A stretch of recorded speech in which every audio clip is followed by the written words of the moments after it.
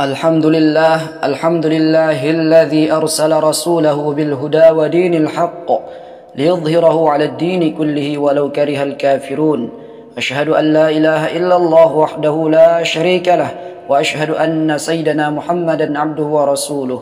اللهم صل وسلم وبارك على سيدنا محمد وعلى آله وأصحابه أجمعين. أما بعد، فيا عباد الله، أوصيكم ونفسي بتقوى الله وطاعته لعلكم تفلحون. قال الله تعالى: يا أيها الذين آمنوا اتقوا الله حق تقاته ولا تموتن إلا وأنتم مسلمون. Ma'asyiral muslimin, jamaah Jumat yang dimuliakan Allah, dalam menjalankan ibadah kepada Allah, manusia akan senantiasa dibayangi dan diiringi dengan berbagai rintangan dan cobaan yang datang dari musuh mereka, yaitu syaitan laknatullahu alaih.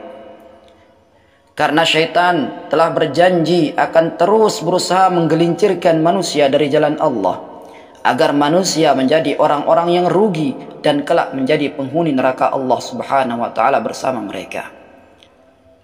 Ma'asyiral muslimin rahimakumullah, selain syaitan, manusia juga perlu mewaspadai hal-hal negatif yang ada dalam diri mereka, yang juga bisa menggelincirkan manusia, yang juga bisa menjadikan manusia itu celaka jika ia lengah darinya. Apa saja hal negatif yang ada dalam diri manusia yang perlu mereka waspadai? Rasulullah sallallahu alaihi wasallam bersabda, "Fa ammal muhlikatu fashuhun muta' wa hawa muttaba' wa i'jabul mar'i bi nafsihi." Tiga perkara yang membinasakan manusia. Yang pertama, kekikiran yang ditaati. Yang kedua, hawa nafsu yang diikuti. Dan yang ketiga adalah seseorang merasa ujub, merasa bangga dengan dirinya. Ma'asyiral muslimin rahimakumullah, inilah tiga hal negatif yang harus diwaspadai oleh setiap manusia agar ia selamat di dunia dan di akhirat. Yang pertama tadi adalah syuhun muta', sifat kikir yang ditaati. Kikir atau pelit merupakan penyakit hati yang timbul dari kecintaan yang sangat kepada dunia. Orang yang kikir berbagi, kikir berinfak kepada orang-orang yang membutuhkan, sejatinya adalah mereka orang-orang yang tidak beriman kepada Allah Subhanahu wa taala. Karena ia berpikir, jika ia berbagi, jika ia memberikan hartanya, maka hartanya akan berkurang habis. Padahal Allah Subhanahu wa taala dan Rasulnya menjanjikan sebaliknya. Rasulullah sallallahu alaihi wasallam bersabda, "Ma naqasat sadaqatun min malin." Tidaklah berkurang harta yang disedekahkan oleh seseorang. Dalam hadis lain disebutkan, "Bal yazdad, bal yazdad." Bahkan ia akan bertambah dan bertambah. Ma'asyiral muslimin rahimakumullah, inilah janji Allah dan Rasulnya, bahwa orang yang gemar berbagi, orang yang senang bersedekah, maka pasti Allah akan memberikan ganti yang lebih baik darinya.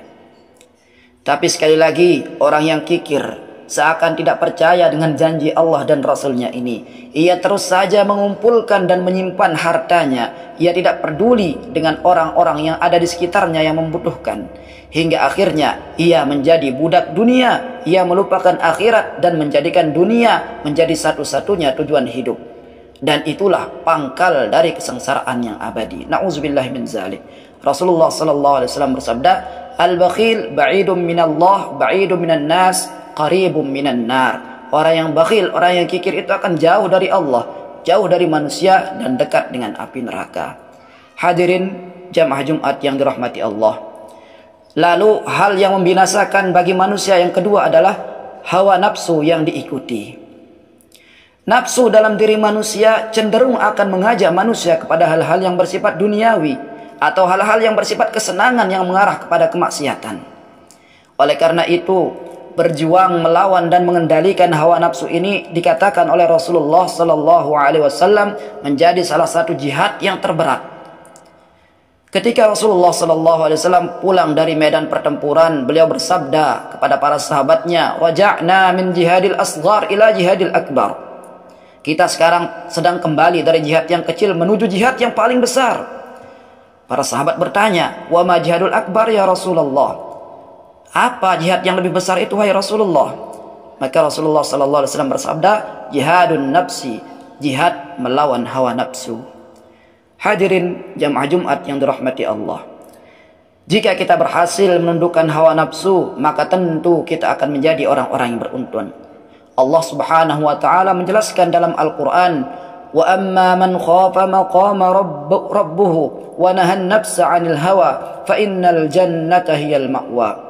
Adapun orang-orang yang takut dengan kedudukan Tuhannya serta menahan hawa nafsunya, maka surgalah tempat kembalinya. Namun jika sebaliknya, maka tentu kita akan menjadi orang-orang yang sengsara dan binasa. Ma'asyiral muslimin rahimakumullah, maka satu-satunya cara agar kita tidak terperangkap oleh hawa nafsu ini adalah dengan memohon pertolongan kepada Allah dan senantiasa berusaha melawan bisikan-bisikannya yang mengarah kepada kemaksiatan. Hadirin sidang Jumat yang dirahmati Allah, lalu hal yang ketiga yang bisa membinasakan manusia adalah ujub atau membanggakan diri sendiri. Orang yang merasa bangga dengan amal solehnya, bangga dengan ilmunya, bangga dengan harta dan jabatannya, yang semua itu menjadikannya menilai orang lebih rendah dari dirinya, maka ketahuilah orang yang seperti ini adalah orang yang tertipu dan orang yang binasa. Jika seorang bangga kepada dirinya dengan banyak amal solehnya, maka rasa bangganya itu, rasa ujubnya itu akan menghapus pahala-pahala amal solehnya. Rasulullah sallallahu alaihi wasallam bersabda, "Lau lam takunu tuznibuna khashitu alaikum ma huwa akbaru min zalika al-ujub." Kalaulah kalian tidak berbuat dosa, maka aku khawatir kalian ditimpa dengan perkara yang lebih berat dari dosa itu, yaitu rasa bangga dengan banyaknya ibadah. Hadirin kaum muslimin rahimakumullah, oleh karena itu penting untuk kita semua agar selalu mengintrospeksi diri ketika kita beribadah. Ketika kita bisa melakukan amal soleh, kita i'tiqadkan dalam hati kita bahwa hakikatnya kita ini tidak bisa apa-apa. Allah lah yang memberikan kita hidayah dan kekuatan untuk melakukan amal soleh tersebut. Dengan begitu insya Allah sedikit tidak kita akan terhindar dari sifat ujub yang berbahaya ini.